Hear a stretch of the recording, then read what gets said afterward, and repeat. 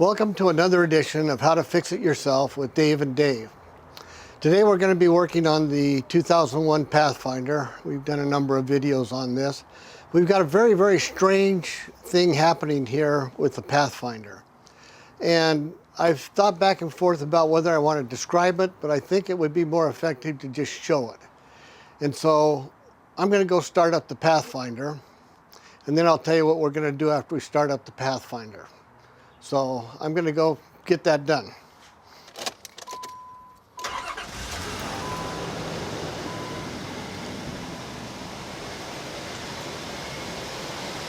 All right, so you notice how it started right up. I mean, it just fired right up.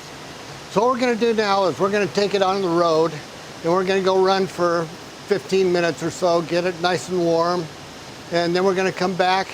We're going to shut it down, let it sit for 10 minutes, and cool down just a little bit, then we're going to start it again. And then you'll see what the issue is. So we'll take a break at this point. We're going to go run the car, and then we'll be back. All right, so now we're back from driving, and we've let it sit for about 15 minutes. Let's see what happens when we start it up.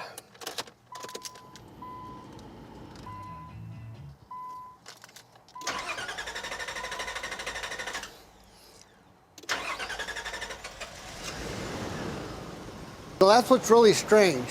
Normally a car, if it's going to have trouble starting, it'll have trouble starting cold and warm, or it'll have more trouble starting cold than it will when it's warmed up. And so the big question is, what's going on that it's not firing right up when it's warm? So we're going to let the engine cool down for a day or so, and then we're going to come back and we'll do the diagnostics and determine what the actual problem is, because this is fairly unique. If you search for answers as to cold start great and warm start bad, you won't find very many hits. And so this is kind of a really unique situation that we've got here. So we're going to sign off for now, and we'll be back and pick this up here in a day or so. So now that you've heard what the problem is, and we've described it briefly, that it's a warm start or a hot start problem, we now want to do the diagnostics. So whenever you're dealing with electrical issues on an automobile, the first thing you want to do, because it's really simple, is you want to check the battery. And so we're going to go ahead and check the battery, and there'll be a few things that we'll discuss after we show you the battery check. So let's go ahead and take a look at it. We're going to start by just having the car off. We'll start the car, see what the battery draw is when the car starts, and then it'll also check the alternator, because we'll see once it's running how much voltage is going into the battery for charging from the alternator. So let's go ahead and do that. All right, so now we'll start it, and we'll see what the draw is on the battery.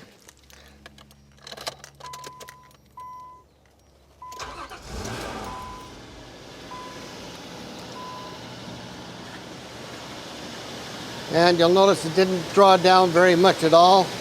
And we're up at 14.5 volts, which is a good alternator and good charge that's going into the battery. So we know that the battery's good. Now we also know that the starter's good, because when we did the warm start that you heard earlier in the video, you notice that the engine cranked really quickly. And so if it was a starter problem, when the starter gets hot, it drags and it kind of lugs. We didn't get the we got a real quick and but it just kept going that way. So we know that the starter's good, we know the battery's good, we know the alternator's good at this point.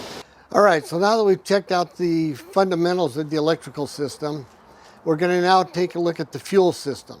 So we're going to put in a test port where we can check the fuel rail pressure and all the items that are associated with that. So we'll show you how to put that test port in, and we'll give you a link and an ID of the test port number so you can order your own. So this is a test port that we're going to put on. This goes underneath the fuel dampener here.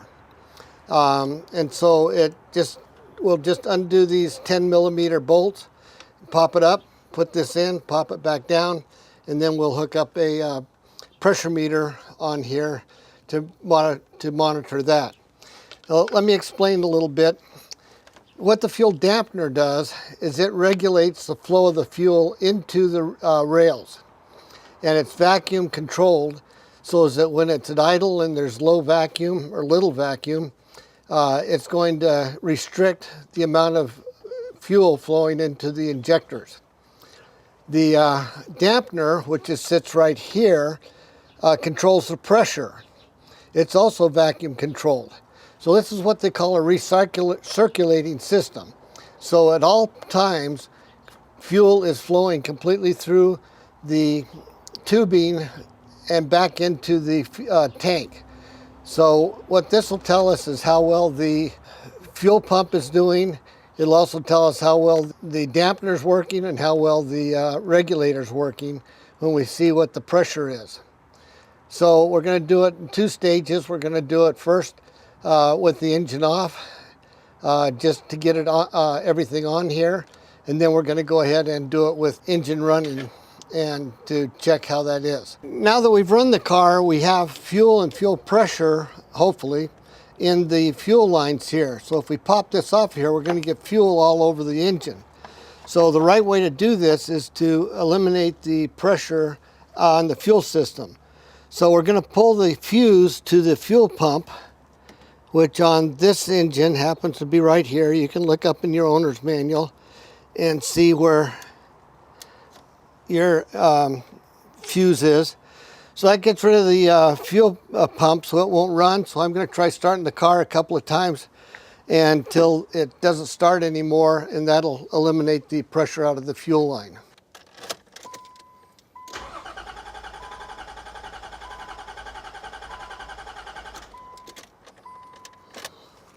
So when I pulled the vacuum line off of the dampener, you notice that we got a little gas coming out of the dampener side and out of the vacuum line. That shouldn't happen. That means that we've got a problem with our dampener. So this is a very likely problem that we've got that's going to cause our problem with starting the engine. So at this point, the wise thing to do is go ahead and replace the dampener. So we'll go ahead and get the dampener, we'll replace the dampener, and then we'll test to see if that solves the problem. If not, then we'll continue on down the line. So at this point, it doesn't make a whole lot of sense to go ahead and test the fuel pressure if we got a bad dampener. So when we pulled this tube off of here to be able to put in the insert that goes here to be able to measure the fuel pressure to see if we have a fuel pump problem, we pulled this off, you notice that we had gasoline in the hose. Now, this hose and this hose joined together down here, and so the question is, did it come out of the regulator or did it come out of the diffuser? Well, the regulator hose you can see is much higher than the diffuser hose, and so it's unlikely that you're going to get the gas to flow all the way up here, whereas on the diffuser, it's much more likely that, you know, the gasoline stayed there in the diffuser hose, because we saw it up here at the top and we saw it down here at the bottom. Additionally, a few months ago, I was generally replacing a bunch of vacuum hoses, and when I pulled this vacuum hose, it had gas in it, and so that's why we replaced the regulator. So this is a fairly new regulator of a couple of months. So it's unlikely that it's the regulator anyway. So it's got to be the diffuser. So that's what we're going to replace now, is we're going to replace the diffuser. We're then going to check to make sure it's running properly and see if we have the same problem with the hot start problem that we've been diagnosing here. And if we're all good and we don't have that problem, we'll go ahead and check the fuel pressure anyway, just to show you how to do that on these cars, but it won't really be necessary. But that's the approach we're going to do now. So we're going to now take out the old diffuser and put in the new diffuser. To take off the old diffuser, this is what the new diffuser looks like, and so we've got the same setup with the old diffuser.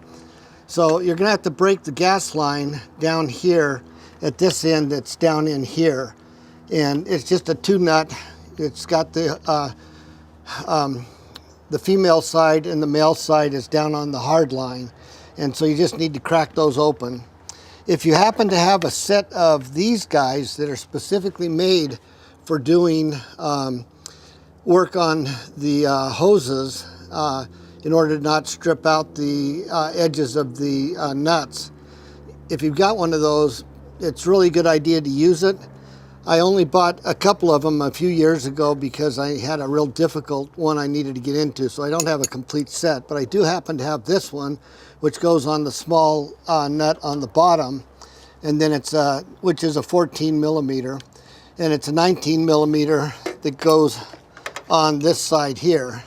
So we'll use the 19 and the 14 to take this thing apart, and then we'll talk about, you know, pulling these two off and popping that out of there. All right, so that's where we're going now. We talked earlier in the video about be sure and remove the gas pressure, which we were going to do when we were going to test the fuel pressure line under here. But at this point, you should already have that removed. If you've run the car and while you waited for the parts, then be sure and relieve the gas pressure, as we showed you earlier how to do that. All right, so now we're going to just pop the hose off, and then we're going to take these two out, which are 10 millimeters. So it's a fairly straight operation here. And as always, when working on cars, you always have something in the way. So we've got the automatic speed controller cable in the way on that side.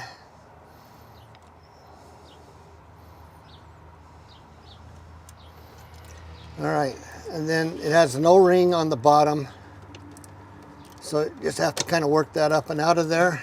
Okay, so you've got the O-ring here, so that's why it's a little tight. When we put the new one in, we're going to put a little grease on this O-ring to make it slide in there a little better. I'll show you here what the grease we use. We like this. I like this silicone paste. It works real well on O-rings and a lot of functions on automobiles. So I really like this stuff, but you want to use it very, very sparingly. You don't want to goop that on there, because remember, it is a vacuum line. So just get a little bit on a couple of sides and then just work it around, and then you're ready to go ahead and put it back in. So we'll slide that on down there, and when you put it in, you want to rock it just a little bit. You see that grease just makes it slide in there so nice. All right, put the bolts back in.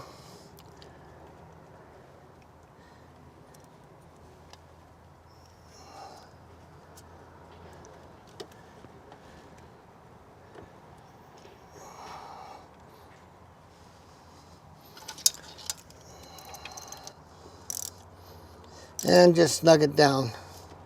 You don't have to be terribly tight with it, because the bolts are just holding it in place. All the restriction on the gas is done by the O-ring there. All right, so now we'll just scoot on down here and line this up